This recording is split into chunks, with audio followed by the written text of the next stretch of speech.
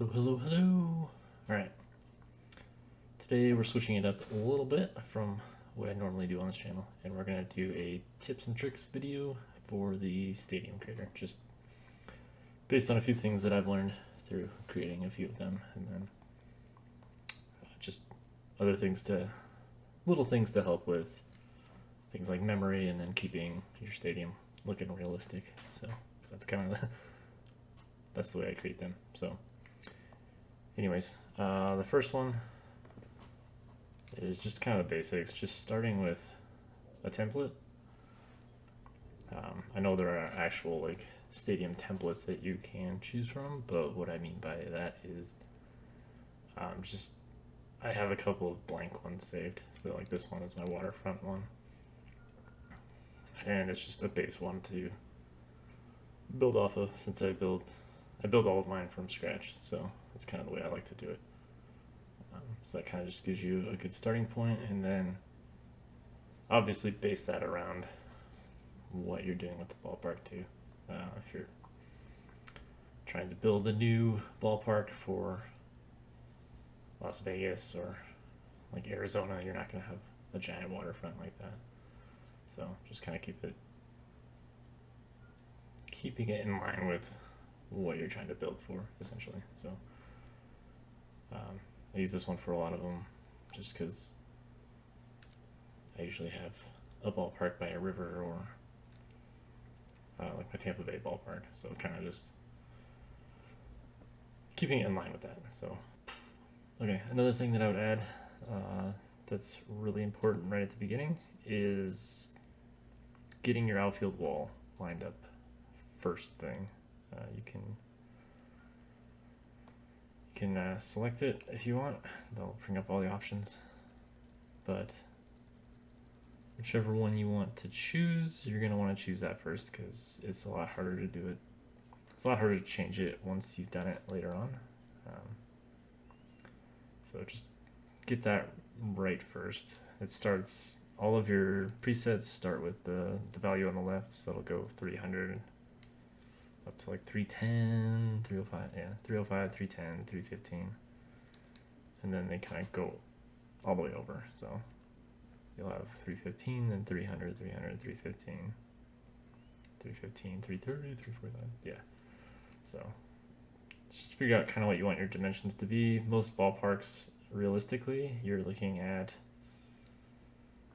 305 is super short, so you're going to want usually around 325, 332, maybe 350. I think the largest is 365 in the outfield for the corners, and then you'll want 400 to like 405 is your average in center field. So kind of keep that in mind. You're not going to have like 305 with the 300 with the big wall is going to be more realistic than like 300 with a short wall. That's it's little league dimensions. Anyways, yeah, you want to keep it, if you're trying to keep it realistic, you'll want to keep that in mind, just because they don't build ballparks with that short of distances. I believe the green wall in Fenway is 310, but it has a 30-foot wall, so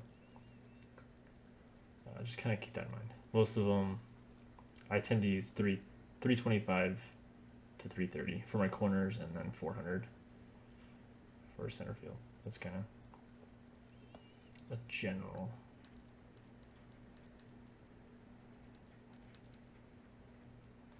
idea with that one. All right, some more of the basics. MLB The Show 22 now has the wheel. That's where you're going to get most of your stadium options. That's where you'll edit that. So just hold R1, then you've got your camera settings. You can create a prop that way, but it's not efficient. But the main reason to use this is setting up your stadium stuff. So you just kind of hold R1, use the left stick to control it around, and then L2 and R2 to switch between the different items. So, and then you can just let go of it whenever. So if you want to do the properties, you would just do that. You can press X too, that'll bring it up. That's where you can actually set the default stuff like the city, stadium location, altitude, and the seating color. Yeah, so you also have your scenery. That's where you'll set your background however you want. Same with the distance scenery.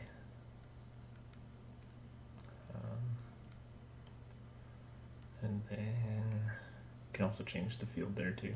So the grass types, your grass pattern, and your infield dirt. So that is where you'll do all of that now. And then you confirm to actually make the settings stay. If you press circle, it'll just revert it back to what it was. Also, when it comes to the wheel, it's going to be based on what you have selected. So if you're under stands, you're going to get different options like the snapping, snap the ground, and then these are your actual movements. You can do free, or you can do it by different angles and whatnot. So keep that in mind too. All right, let's talk about some random tips and tricks when it comes to just placing objects, especially when it comes to items in the concourse. So it's a little different this year, but you can press X, that brings up your objects. You can select one, so we'll just kind of demonstrate it with this one, the large brick. So you can place it with X, then in order to duplicate it, you can just click on it, hold L1, and then press X again. That clones it. And if you want to align it to that first one, now you can. Last year it was just pressing the right thumbstick, but now this year you hold R1 and there's snap to prop. So you just press X, that brings that up. And then you can press X to actually place it, or another trick that you can do is you can hold L1. If you want to build like a bigger concourse, then you can actually just press X and then it'll build out in that direction. And then you can move it. You still have snap on. And then just do the same thing, hold L1, press X, X. If you want to switch directions, just do it again. The arrow points in the direction that it's gonna build another one, so you can just clone for days. Yeah, so that's just kind of the easier way. Then you can go back. So it's the easy way to actually just build out a bigger concourse. You want to use your biggest ones first, and then go down to the smaller ones as needed, but it'll save you memory if you use the bigger ones first. So just something to keep in mind with that. To delete, you just press an object, hold L1, and then hit the circle. So if you also just want to mass delete. Alright, in order to raise an object, you just press on the object you want, hold L1, and then use the left thumbstick up and down. That moves it up and down. So it's pretty easy, basic. If you want to snap it to the ground, you can hold R1 and then go down with it, and then press X, and that snaps it to the ground. You can also swap objects out if you want. Just select it, hit square, and then that brings up the ones in the same category. So you can just swap it out that way. So it's another easy way to do that. And you just press X to place it. Alright, the next tip I have for you is just kind of the easy way to get into the different prop menus, you can do just press X and scroll up and down with them if you want to go through each one of them. But the way that I tend to do it, the little shortcut is whatever kind of object you want, just select that object that you already have placed out. So if you want stands, just click on stands. You just press X and then back out, and then when you press X again, it'll be back in that category. So back with the stands. If you want concourse, just do the same thing there, and you're back with concourse items. Same with like building. You got the building menu and lighting. So whatever category you were in last, it will bring up that same category first if you do it that way. So that's just kind of a quick little shortcut that I use. So it comes in handy a lot, especially when you're trying to place items of the same category again. Like when I was building this around, if I wanted to build another one, you could just do that. It'll actually pick the same object. And then, yeah. So that's the easy way to do that. All right, let's talk grouping. Grouping is one of those things that's actually new to the game this year. And it's definitely one of those things that I did not think I would care about, but it's actually come in handy quite a few times. So you can pull up grouping by pressing L1. So you can kind of see I have a lot of groups in this one, partially because I botched it. But yeah, so you can see all the different groups here. You can hover over them and kind of see what all is actually selected when you choose it. But what that actually allows you to do is move all of those objects at once, so you can kind of move it around as you want, and everything will move together and stay in the same group. So it's super convenient actually, and it's really easy to add. So to change a group, all you have to do is hold L1. That brings all of them up. Select the one that you want to edit with X, and then you can just press X on different objects, and that adds it to the group or removes it. And once it's part of the group, it'll just start blinking with that same color. So you can kind of see, you can just add whatever. And it'll add it to my green group, and then when you're done editing, you can just let go of L1 and it brings you back to this, and then all of them are grouped together.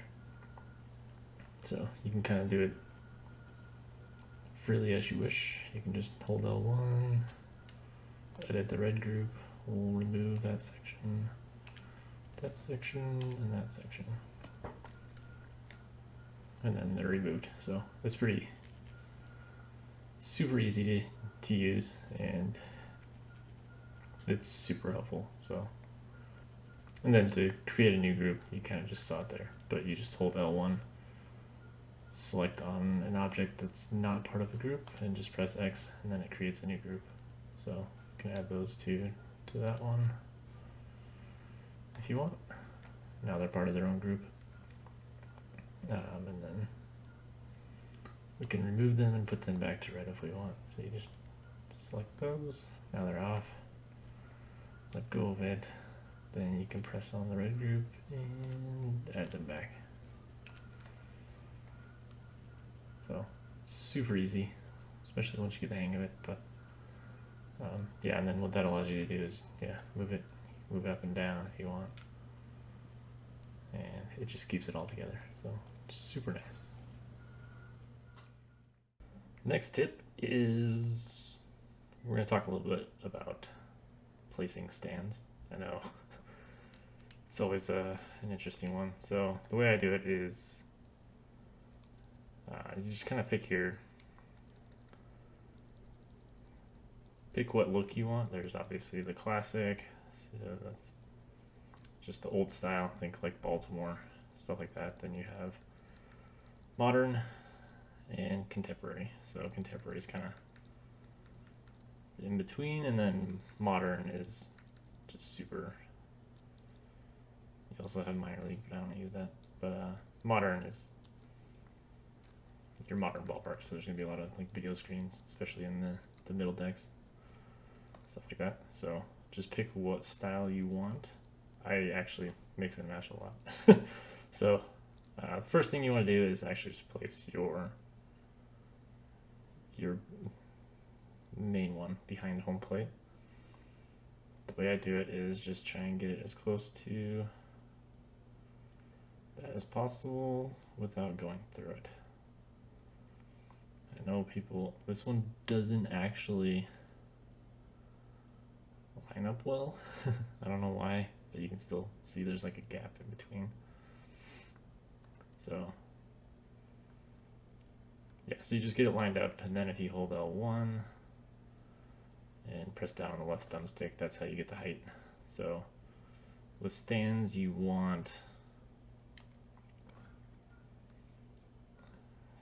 the wall to be just a little bit taller than your bottom row, usually. I know it doesn't line up, but yeah. So that's kind of how you place the very first one behind home plate. Okay, so once your stands behind home plate are put in, kind of set to your liking, I always just base it on the two ends right here, so that one and then that one.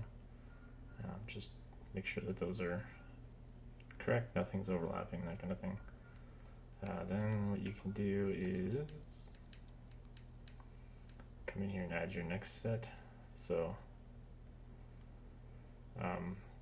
in my opinion, this is kind of one of the most important ones in terms of placement, because it's going to dictate everything for the rest of your stadium, actually. So I'll spend a lot of time just getting this lined up correctly. What I want to do is make sure it is parallel with the dugout. So just another kind of tip for you, at any point you can just place it. Like say I want a better look towards the dugout in that alignment, I can come in here and then I can just grab it again, and now I'm closer. So better angle, just make sure it's parallel, so that's pretty good. And then you just kind of want to make sure everything's lined up at the right height as close as possible. So then I can come up here and grab it again, make sure those are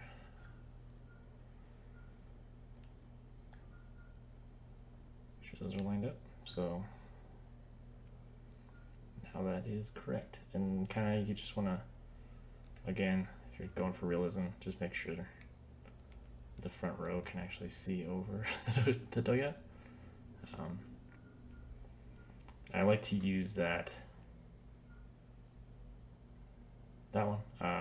Kind of keeping it realistic, ballparks have a little spot right next to the dugout. That's where cameras go. Usually, that's how you get your cameras, based on the pitcher and then the side angles of the batter. So that's where those cameras usually sit. So in all of mine, I usually start them all off this way, just kind of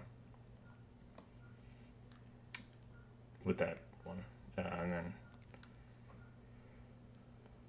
the next tip I would say is you can copy in this one. So you can just hold L1 and then clone it and do the same thing to the other side. And it clones it at the same height, so it's pretty nice. So you don't have to do that again. And you just get it lined up and you're good. Alright, so now we're back here in my ballpark again. This was my raised ballpark at the beginning of it. So you can kind of see what I was talking about with the spots for the cameras, and then the alignment of the stands. The other reason that I say get your stands correct in terms of behind the dugout is because it also affects your second deck, and you can base it on that. You can base your second deck alignment based on the first deck. So when I was placing this one, you can just kind of line it up so that it's running parallel with that. And if you know the first deck is correct, then the second deck will be correct too. So the other thing, when it comes to cornering, what you kind of want to keep in mind too is that stands want to face the middle of the ballpark. So what I do with the angling is actually, you can kind of see it if you look closely. Just kind of place one, and then you just kind of stagger it a little bit so you get it lined up, and then it's recessed a little bit, so you can kind of see, if you look closely, they're not lined up, but they're enough in order that you can't tell, and it looks better. So in terms of the height for the second deck, you just kind of want to make sure people can walk through. And just kind of always keep in mind of like sight lines. So if you're under here, you want them to be able to see the ballpark too. So you don't want it too low, and then you also don't want it too high, because you get weird angles too. So that's how I would place.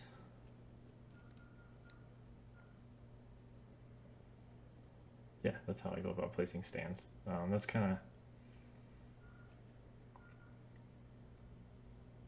it is more time consuming, but if you get it right the first time, it's going to look a lot better, especially in the long run if you're trying to build a realistic ballpark.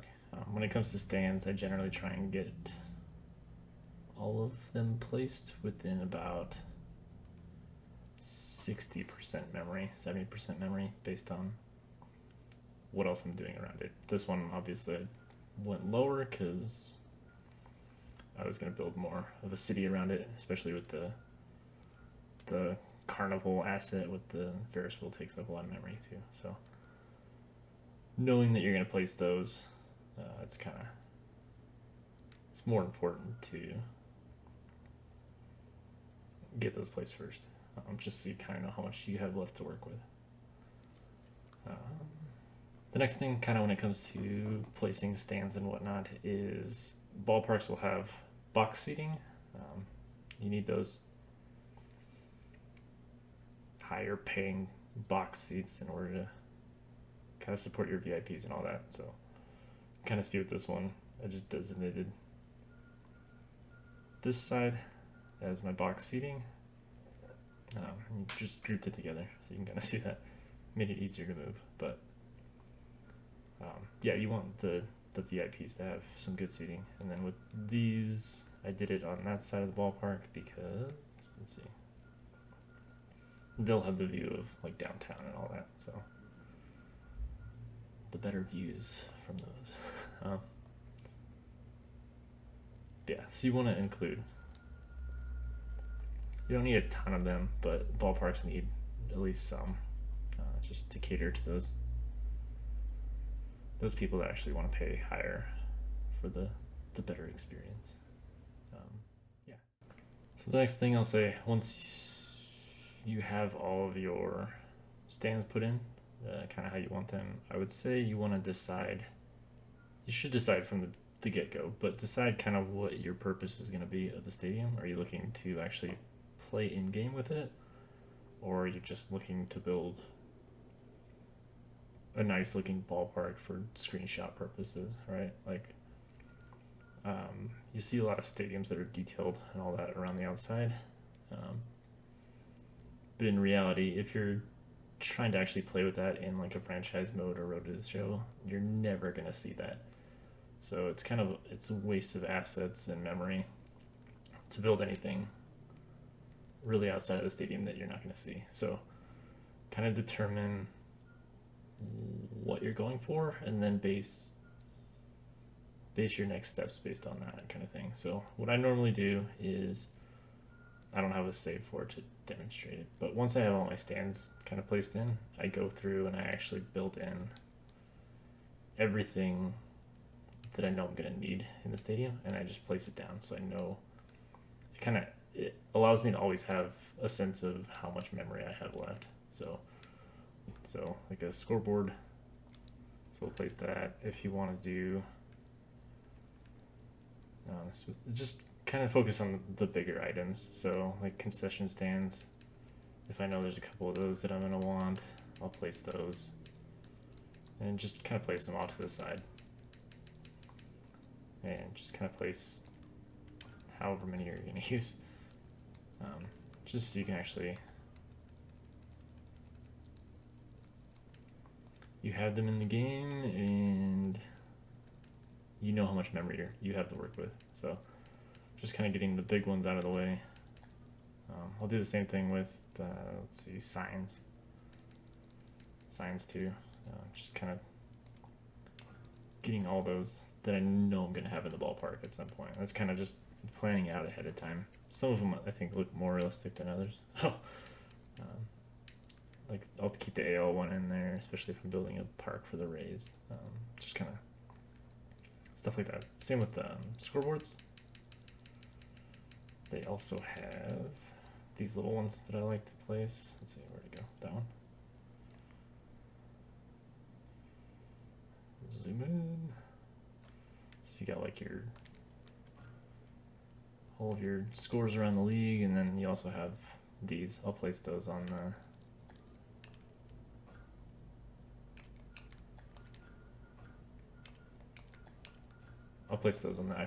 the upper deck stands. Just kind of, it gives it more life just around the ballpark. So it's kind of, it's cool in my opinion. So yeah, so that's what I'll do. I'll just place all of those around the outside of the ballpark. Same with if you know you're gonna do some like bigger features, like with this particular ballpark, I did have this in there. So just adding the bigger items so that you know how much memory you're working with. It goes a long way. So okay, so going back to my point about focusing on what you're actually gonna use the ballpark for, and then placing assets based on that, it is important. So the way I do it, I obviously build for franchise mode and using the ballpark in game. So with that in mind, you want to focus on the areas that are actually going to be seen in the camera. So you're looking your batter's eye, so like all of this, that's going to be viewed. A lot of the camera angles will show like that angle too. Same with that angle. And then you obviously get straight behind the plate. And maybe some outfield if you're doing like a player focus. But outside of that, like if you notice looking at those angles, you can't see anything on the ground. So unless you're building a ballpark that doesn't have tall stands or anything like that, like if you're building a high school stadium, you don't need to place roadways and all that. It's completely pointless because number one, they take up a lot of memory actually, and number two, you're never gonna see them in the game outside of this creator, so they're pretty useless to build. I do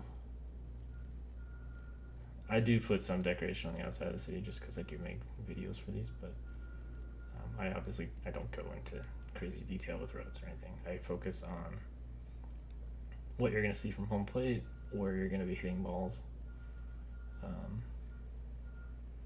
and just kind of anything behind here. So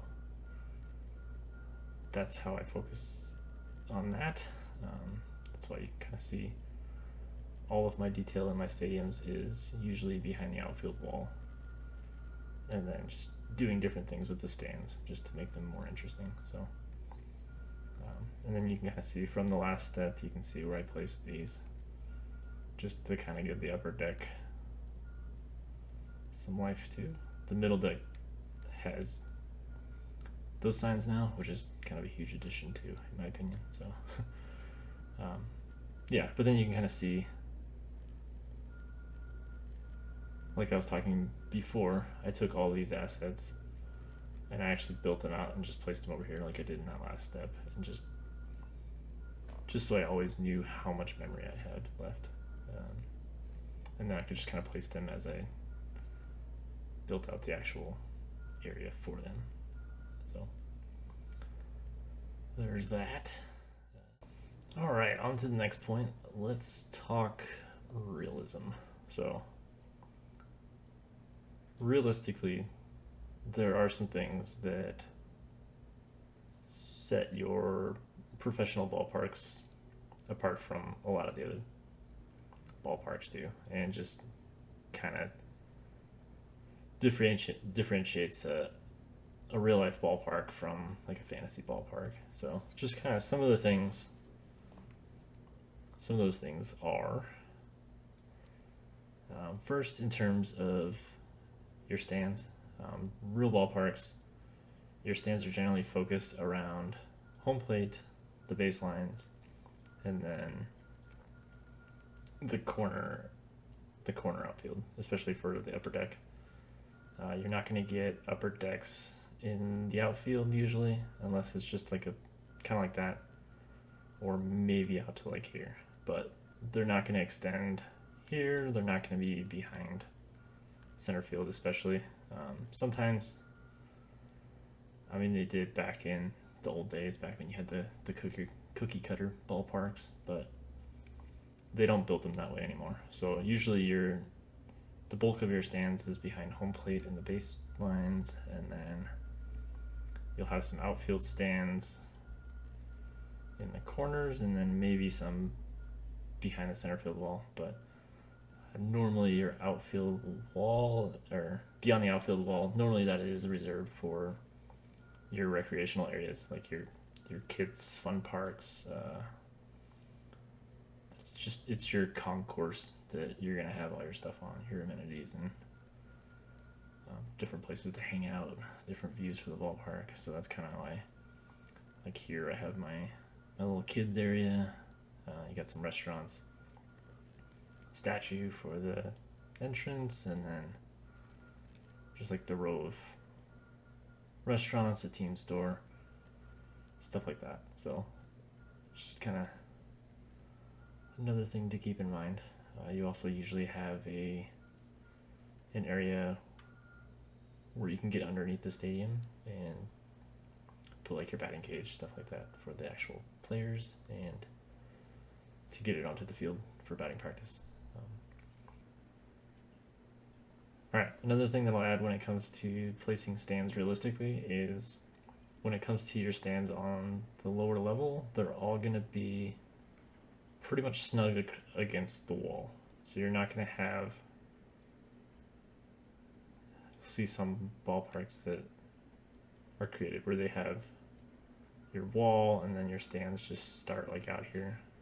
Most ballparks do not do that, and generally if they do, it's because they were designed with the wall against them, and then later on, a couple years down the road, like they had to bring the walls in for some reason, and then they couldn't bring the stands in any further because the people would be underneath the stands. So you'll see that in places like San Diego. Like San Diego has some spots with the wall that's detached from the stands, and that's because they brought the wall in a couple years after they built the ballpark. So in general, you want your stands to be snug up against the wall. In general, you want your fans to be as close to the action as possible. Some older ballparks might have them back further. Like I think Dodger Stadium has some spots where it's not connected, but you're talking about ballparks that were built in like the 60s and whatnot. So in general, new ballparks always put the stands as close to the walls as possible. You'll see that pretty much in every modern ballpark today. So just something to keep in mind with that. The last thing I'll say in terms of your seating is major league ballparks generally have around 30,000 to your highest ones have 60,000 seats, but I mean that's your major markets like New York and LA, the Dodgers. But outside of that, like even Anaheim dips down. Most of your ballparks are in that 33 to like 43,000 range. So you kind of want to keep your ballparks there, especially in your low markets. Like even Tampa's new ballpark that was proposed, I think that one's 32,000 or something like that. So any of your lower markets are going to be around that in terms of seating capacity. They're not going to go higher. So that's just something to keep in mind, and that's usually why all the seating is focused back here. So you can build more stuff in the back beyond the outfield in those ballparks. So more things to attract people to the ballpark.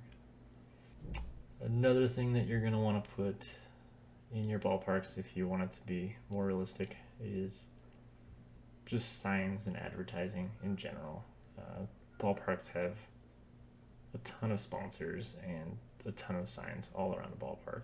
So that's going to kind of give it that extra bit of realism. So you can see I have signs there. I've got my AL ones up there. You got some attached to the scoreboard. Got some out here as well. Signs are good, so just keep that in mind. Got those too as well. And the higher up the level of the team, the more signs it's going to have. So that's why high school baseball, you might have a couple of local ones, and then major leagues, you got everything has advertisements on it, from your outfield wall to just things littered around. The other thing about keeping it realistic that I would say is you're not going to have, I've seen some ballparks on here where they have like giant video boards right behind home plate, stuff like that, and ballparks aren't going to do that in real life. It's a waste of their best seats. Your best seats in a ballpark are the ones right behind home plate, either on the ground or up above. So they're not going to place a giant video board there just because it's bad for their ticket sales. Your scoreboards are usually going to be somewhere in the outfield, so along that line. And then you kind of just want to base it based on the angle of your stadium as to where to place it. So you want the most amount of people to be able to see it at once. So you can kind of see that's why I placed mine over here, because everybody has a view on it. Except for this even my corner has a view of it. Outside, yeah. So you want the most amount of people to see your giant video board as possible. And then for those that can't, you want something directly across the way that they can see. So this one, for these, it's going to be taken care of by this board here. It actually shows the scores and all that. Same with that. So just one more thing to keep in mind. So yeah.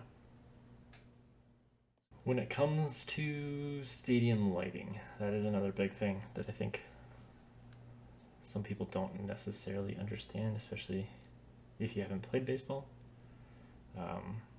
When it comes to lighting a ballpark, yeah, you want it lit very well, but stadiums will not build lights beyond right behind home plate and right behind center field. It blinds players that are hitting, and your center fielder will never be able to see a ball if you have lighting right there. So generally speaking, your lighting, it's on the two two sides of the baselines, behind first base, behind third base. You might have some in the corner, and then you'll have a row beyond each, the left field wall and the right field wall. So that's kind of, you can kind of see how I did it. Some might have a little bit more lighting, but in terms of general placement, that's how ballparks place their lights. One more note when it comes to night lighting. I think a lot of people are under the impression that the entire stadium needs to be lit up. That's not how it works in real life. The focus is the playing field, and that's pretty much the only focus. If you look at any ballpark at night, especially newer ones, you're going to kind of see this effect. If you look at places like Target Field or Truist Park at night, you're going to see the field is super lit up, and then as you kind of creep into the last row of seating, it gets darker and darker. So it's not, your goal when it comes to lighting isn't to make sure that every single seat is lit up with a light. It's purely to make sure that the field is lit up, and then usually like your first row stands all the way around. The lower part of your concourse should be pretty lit up too, but other than that, you don't need lighting in the top, like the nosebleeds. So just kind of keep that in mind too. So I know a lot of people try and like light up their entire ballpark, but it's not necessary and it's not realistic. So you should be aiming for just something like that. All right, final points here. When it comes to the concourse and designing that, just a couple of things to keep in mind. I would use the biggest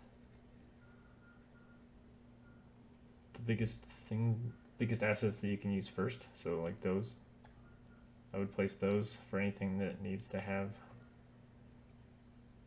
just a lot of open space. And then when it comes to like stairs and all that, use your smaller ones.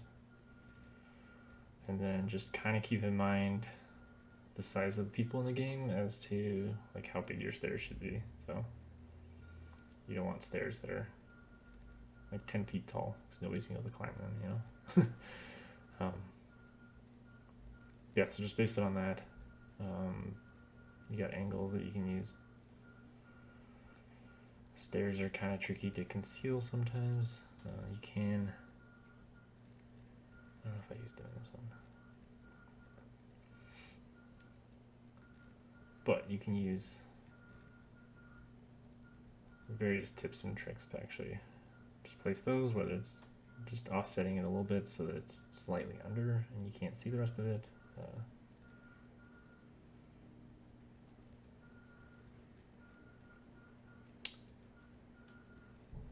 You can do long ways versus short. So I did in a couple of those places, but in general you just want a nice flow through the stadium. So kind of design it based on, gets into the architectural side of it, but you want to design it based on where people are going to go. So in my ballpark, you have your entrances are here for the outfield, so then you want them to be able to go straight through or take the different paths off of that main. So this is kind of like my main line right here, but from that main line people can go up here to get into the upper deck, to get to the restaurants. You can come around here, that gives you access to the second deck.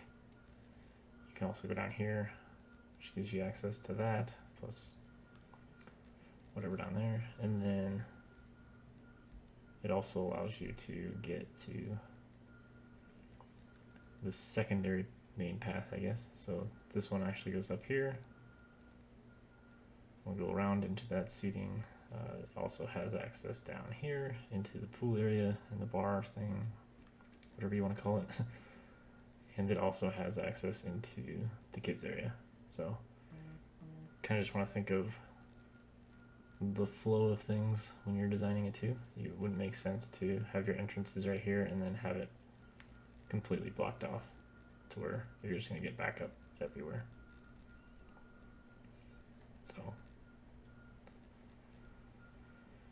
yep, and then I also have it so it just flows down here into that little bar area as well as the rest of the seating. So that seating can go all the way around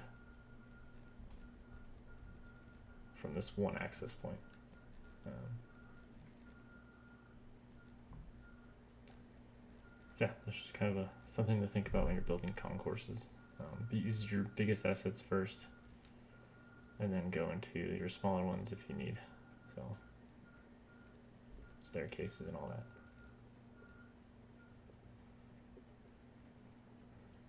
And then build assets based on what you're going to have in that region too. So obviously, playing in an ice area, you're not going to have like a pool. It's going to have a lot more outdoor seating for places that are going to be warmer. So like my biggest ballpark, this one, which is in Tampa in my franchise, they're going to have a lot more outdoor areas just because it's nicer outside. But if I'm building, like when I built my Portland ballpark, there's not a lot of stuff outside in that one because it can get colder there. So just kind of keeping that kind of stuff in mind. Same with, all right, well, that is my version of tips and tricks.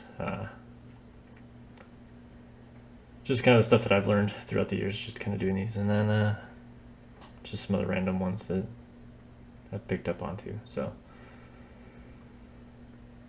yeah, obviously let me know if you have any questions if you want. Happy to answer just about whatever. So I might do, if it's wanted, I might do a live ballpark creation. I can stream on YouTube, so, and Twitch, but I'm gonna recreate the Charlotte and Portland ballparks, I think, at some point here. So it might be something that I do that on stream, just so you can kind of see the building process live, and kind of it would be a good way to just kind of discuss creating ballparks too, if anybody wants to see that. So yeah, anyways, hope you enjoyed this.